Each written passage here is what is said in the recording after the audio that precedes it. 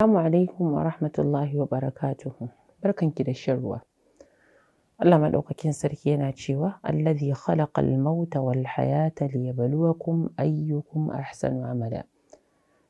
Shine ya halicci mutuwa da rayuwa domin ya jarrabe mu ko ya tantance waɗanda yake sun fi kyautata ayyukansu.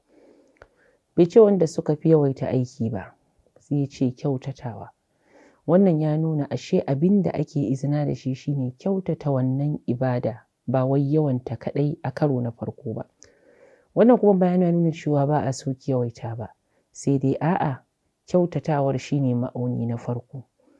Ibada tana kyautatuwa ne warwarin yadda aka tsantsanta ta ga Allah maɗaukakin sarki shi kaɗai ba tare da an haɗa shi da wani a cikin bauta ba, kuma aka bi sau da ƙafa koyarwar manzo sallallahu alaihi wasallam cikin aikata wannan ibada ɗin. Ya ke ‘yar uwata, kada ki shagaltu da tarin ibadu waɗanda ba su da asali daga fiyayyen halitta sallallahu alaihi wasallam.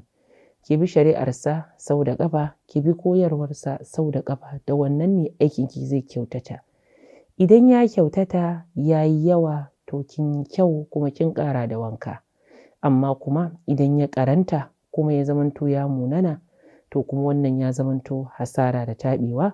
Kamar yadda kuma idan ya zamanto ya ƙaranta amma ya kyautata, muna sa miki rai da falalar Allah maɗaukakin sarki.